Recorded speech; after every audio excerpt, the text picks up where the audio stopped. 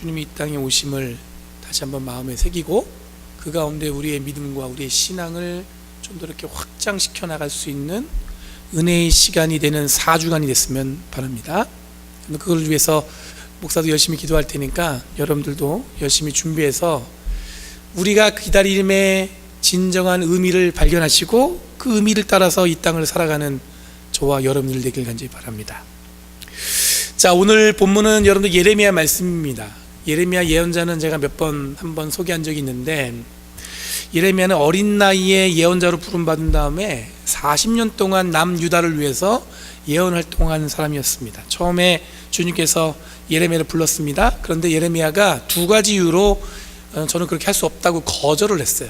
이유가 뭐냐면, 첫 번째 이유는 나이가 어리다는 이유 때문이었고, 두 번째는 말이 어눌하다는 이유 때문에 자기가 예언 활동을 할 수 없다고 거절했습니다. 그런데 그때 주님께서 뭐라고 말씀하셨냐면, 내가 말한 그대로만 전하기만 하라고 그랬어요. 되게 중요한 얘기 같아요.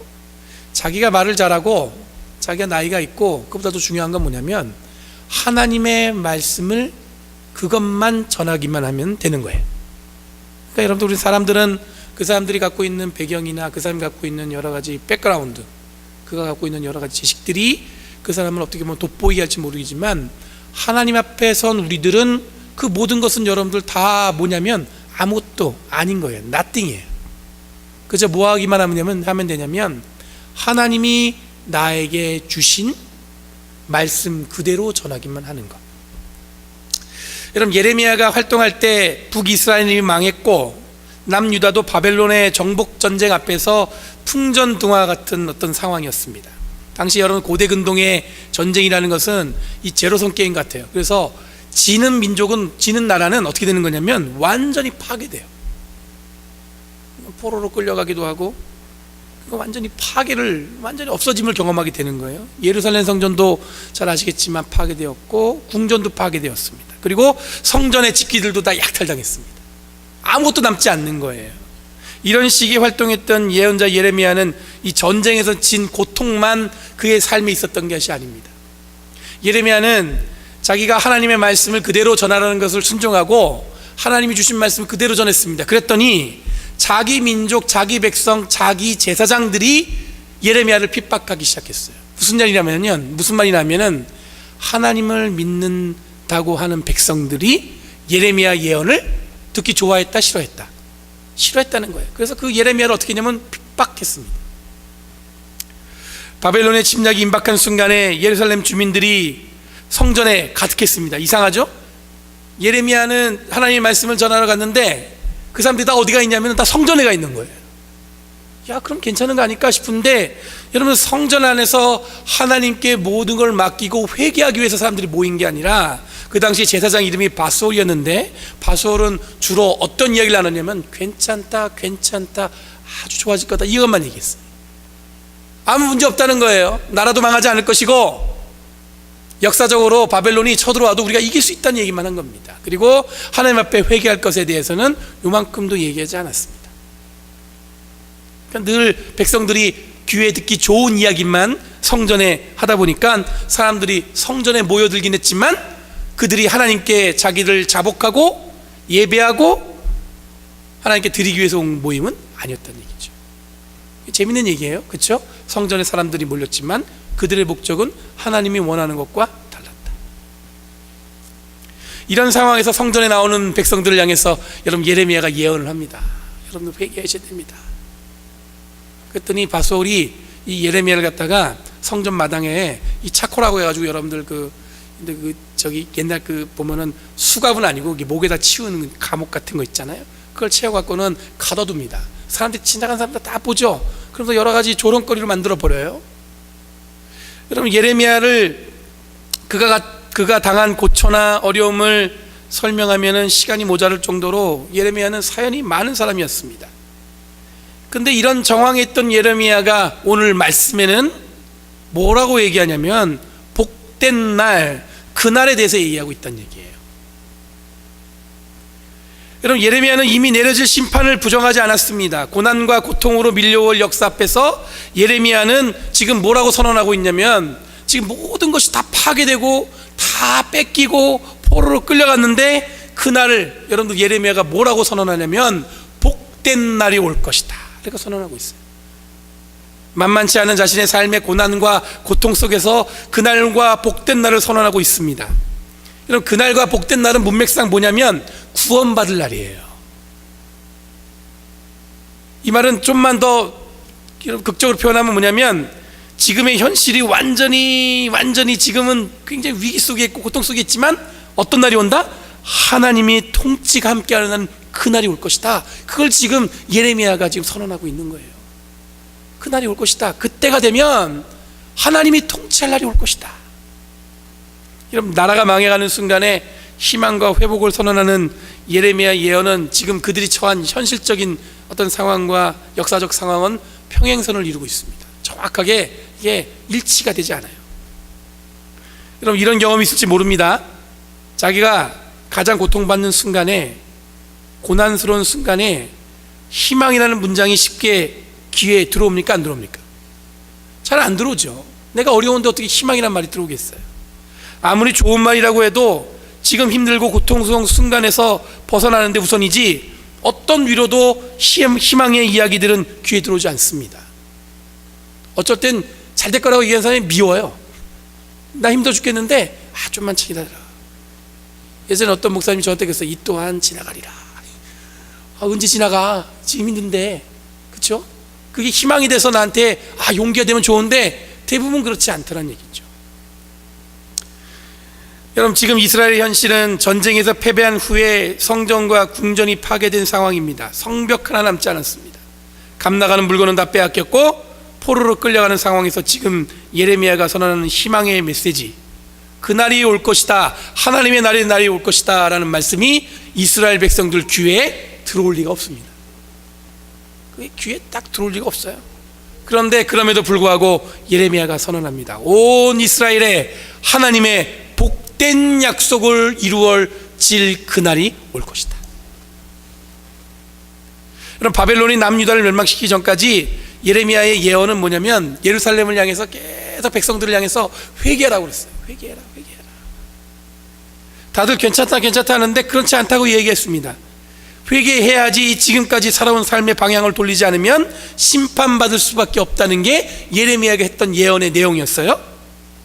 그런데 막상 바벨론에 의해서 예루살렘이 망하니까 완전히 파괴된 상황에서는 예레미야의 예언이 바뀌었습니다. 뭐냐면 하나님의 날, 약속이 성취될 그날이 올 것이라는 거예요.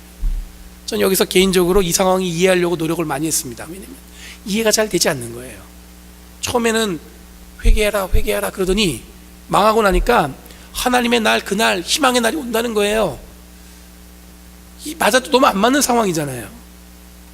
여러분들, 올 봄에 잘 아시겠지만 대한민국과 북한의 관계가 여태까지 역사적으로 가장 유례없는 진전을 보여왔습니다. 그러다 보니까 지금 이 상황에서는 뭐냐면 생각한 것만큼 결과가 없다는 것 때문에 답답한 상황이죠. 그때는 마치 통일이 금방 될 것처럼 기차가 금방 북한을 통과해서 우리가 유라시아를 갔다가 기차를 타고 여행할 수 있는 것처럼 사람들이 그랬단 말이에요.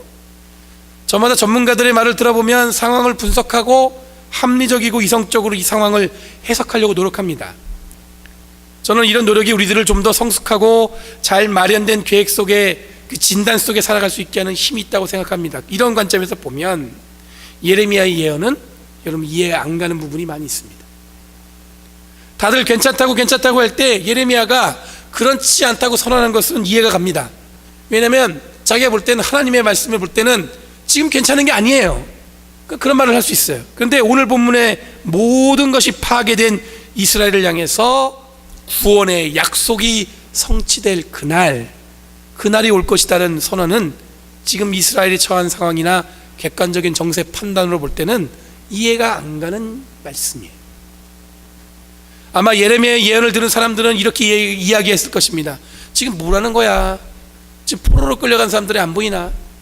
성전도 무너졌고 궁전도 파괴됐고 성벽도 무너졌는데 지금 하나님의 날이 언제 온다는 거야?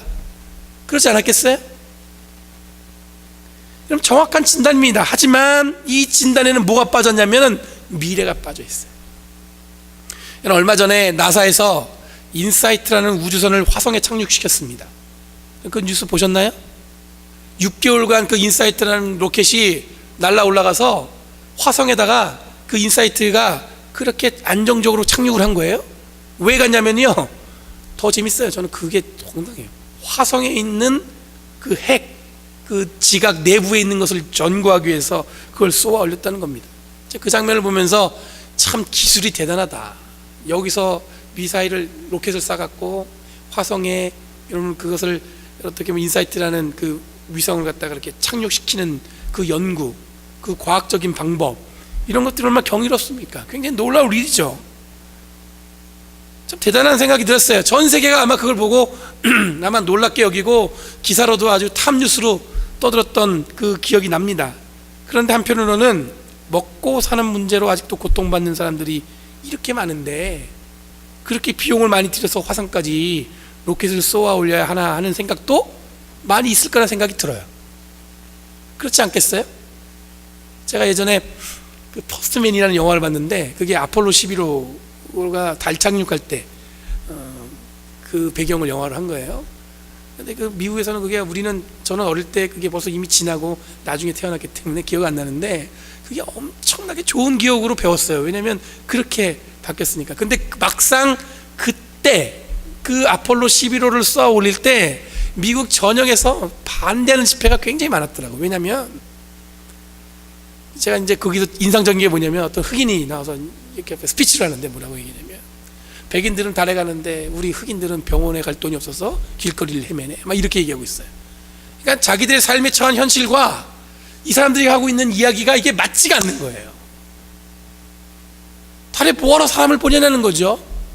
지금 현실에 처한 상황은 우리가 뭐예요? 더 엄혹하고 현실적으로 해결될 문제, 과제들이 많은데 왜 그런 거에 관심을 갖냐는 겁니다.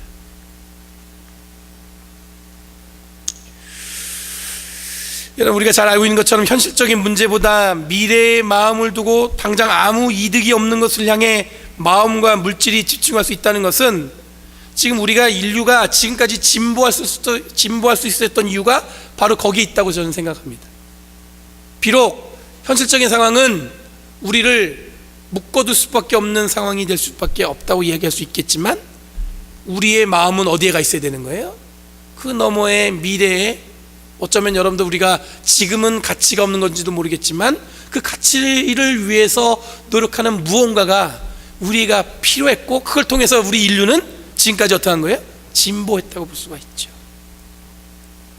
만약에 현실적인 문제에 주저앉았다면 우리들의 진보를 장담할 수 없을 것이라는 생각이 들었습니다. 이런 견지에서 보면 예레미야는 철저하게 미래지향적인 마음을 두고 살았던 사람이었던 것 같습니다. 다르게 이야기하면 현실적인 분위기에 휘둘리지 않고 그 현실 너머의 무언가를 보려고 노력했던 사람이 바로 예레미야였다는 거죠. 좀 더 다르게 이야기하면 예레미야는 영적인 눈으로 하나님의 계획이라는 영적인 견지에서 세상을 보고 그 말씀을 따라간 사람이라고 볼 수 있을 것입니다. 말도 못하고 나이가 어려서 하나님의 말씀을 대신 전할 수 없다던 그런 어린 예언자가 당당하게 하나님 말씀을 전할 수 있었던 것은 뭐냐면 하나님의 말씀을 그대로 전하라는 명령 때문이었어요. 지금 자신의 현실적인 현상에 매몰되지 않았습니다. 나 진짜 말도 못해요. 나이도 어린데 어떻게 사람들 앞에서 얘기할 수 있겠어요? 그 현실에 자기 삶을 그냥 묶어뒀다면 예레미야는 예언자로서 활동할 수 없었겠죠. 예레미야가 본 것은 뭐냐면 자기의 지금의 현실이 아니라 그 너머에서 하나님이 끌고 가시는 영적인 방향이었습니다. 15절 말씀에 보면 그때 그 시간이 되면 의로운 한 가지가 다윗에게서 돋아난다고 얘기하고 있습니다. 의로운 한 가지를 통해서 세상에 공평과 정의가 실현된다고 선언하고 있습니다. 현실은 그렇지 않은데 예레미야는 그저 하나님의 미래적 선언을 그대로 전하고 있습니다. 앞으로 하나님께서 이 엄청난 일을 하실 거다. 공동번역 성경에 보면 15절 말씀을 더 아주 현실감 있게 번역했습니다. 뭐라고 번역했냐면 내가 다윗의 정통 왕손을 일으켜 줄 그날, 그때가 온다. 그는 세상에 올바른 정치를 펼칠 것이다. 여러분, 세상에 공평과 정의를 실현한다는 것은 세상에 올바른 정치를 펼 것이라는 것으로 번역했습니다. 세상의 올바른 정치란 올바른 지도자를 세우고 그를 통해 올바른 치세를 이루는 그날이 올 것이란 얘기입니다. 그런데 다윗 가문에서 나온 한 가지란 말은 한 사람입니다. 여러 사람이 아니라 단 한 사람을 통해서 그런 일이 일어난다는 겁니다. 예레미야의 관심은 계속해서 하나님의 관심에 안테나를 맞추고 있습니다. 지금의 현실은 답답할 정도로 회복의 기미가 보이지 않는 그 순간에 예레미야는 하나님의 관심으로 세상을 보는 눈을 가졌다고 볼 수가 있습니다. 그 눈을 통해서 본 게 뭐냐면 이 세상은 한 사람, 바로 다윗의 가문에서 나온 한 사람을 통해서 이 세상의 공평과 정의, 즉 태평성대를 이루는 하나님의 날이 올 것이라는 거예요. 하나님의 날이라는 것은 여러분들 하나님의 통치가 임하는 날이에요. 세상에 질서가 있는 날이 아니라 하나님의 통치가 임하는 날. 여러분, 세상의 올바른 정치는 곧 하나님의 통치를 말하는 것입니다. 이를 통해 세상은 하나님의 날, 곧 새로운 날을 경험하게 된다는 것입니다. 공평과 정의, 올바른 정치, 이 모두 다 이상적인 말들이죠. 실제로 이런 것들이 완벽하게 이 나라에서 이뤘다고 역사적으로 볼 수 있는 나라는 볼 수가 없습니다. 여러분도 한번 보세요. 어떤 때 가장 편안한 나라였습니까? 대한민국을 봐도 여러분 언제가 가장 편안했습니까? 늘 문제가 있었죠. 근데 여러분 바울이 아니라 예레미야는 공평과 정의, 이 올바른 정치를 이룰 그날을 예레미야는 꿈꾸고 있어요. 그것도 지금 뭐예요? 가장 힘든 시간을 보내는 순간에, 그것도 모든 것이 파괴되고 아무것도 희망을 발견할 수 없는 그 순간에 예레미야는 뭐라고 얘기하냐면 하나님의 그날이 와서 하나님의 통치가 임할 그때가 온다는 거예요. 오직 한 가지를 통해서. 저희가 대림절 첫째 주를 보내고 있습니다. 여러분들 이 초가 뭐냐면 대림절 첫째 주를 의미하는 첫 번째 초를 밝힌 겁니다. 우리들이 깊은 묵상을 통해서 기다리는 분은 여러분 예수 그리스도이십니다. 다윗의 가지에서 나온 분이 누구냐면 바로 예수님이십니다. 이분 때문에 우리들은 지금 꿈꾸는 것을 마다하지 않고 살아갑니다. 아무리 현실이 우리를 짓눌러도 우리들은 하나님의 그날, 공평과 정의가 이루어지는 올바른 정치로 세상이 변화되는 그날을 우리는 기다릴 수 있습니다. 사랑하는 성도 여러분, 기다림의 의미는 하나님의 손길이 바로 우리들의 삶에서 실현되는 그날임을 기대하시길 바랍니다. 이미 오셨고 함께 하셨고 앞으로 오실 예수님을 기다리는 우리들의 마음은 현실의 상황에 무너지지 않고 오직 주님이 주시는 영적인 나침반을 따라서 새로운 하나님의 나라를 만들어가는 것이 우리들의 사명인 줄 믿습니다. 그러니까 지금 우리들의 너머에 하나님의 손길을, 영적인 나침반을 향해 우리의 삶의 방향을 맞추는 것이 지금 대림절을 보내면서 깊이 묵상해야 할 내용인 줄 믿습니다. 너머에, 그 너머에 주님의 동행은 끊이지 않을 것이고 이것은 우리들의 기다림으로 계속해서 이어나갈 것입니다. 이를 통해서 하나님은 놀라운 일들을, 하나님의 통치를, 아무리 현실이 우리에게 어려울 것이다 얘기해도 그 너머에서 하나님이 역사하시는 그 놀라운 역사들이 우리의 삶을 통해서 일어날 줄 믿습니다. 그것을 위해서 하루하루 기다리면서 주님이 이 땅에 오심의 의미를 마음에 새기시는 저와 여러분들 되길 간절히 바랍니다. 기도하겠습니다. 거룩하신 주님 감사합니다. 오늘 주님이 함께 하셔서 우리에게 주님의 뜻과 주님의 은혜를 우리에게 보여주신 줄 믿습니다. 다윗의 가문 한 가지에서 하나님께서 놀라운 일들을 이 땅에 일으켜 주셔서 공평과 정의를 세워주신 줄 믿습니다. 더불어 하나님, 저희들을 그 공평과 정의에 세워나가는 온전한 도구 삼아준 줄 믿습니다. 주님, 대림절 이때 주님을 기다리는 이 순간에 하나님의 말씀을 붙들고 주님이 언제나 역사하시는 그 상황 속에 우리의 삶을 온전히 들을 수 있는 은혜를 허락하여 주시옵소서. 감사드리며 예수님의 이름으로 간절히 기도리옵나이다. 아멘.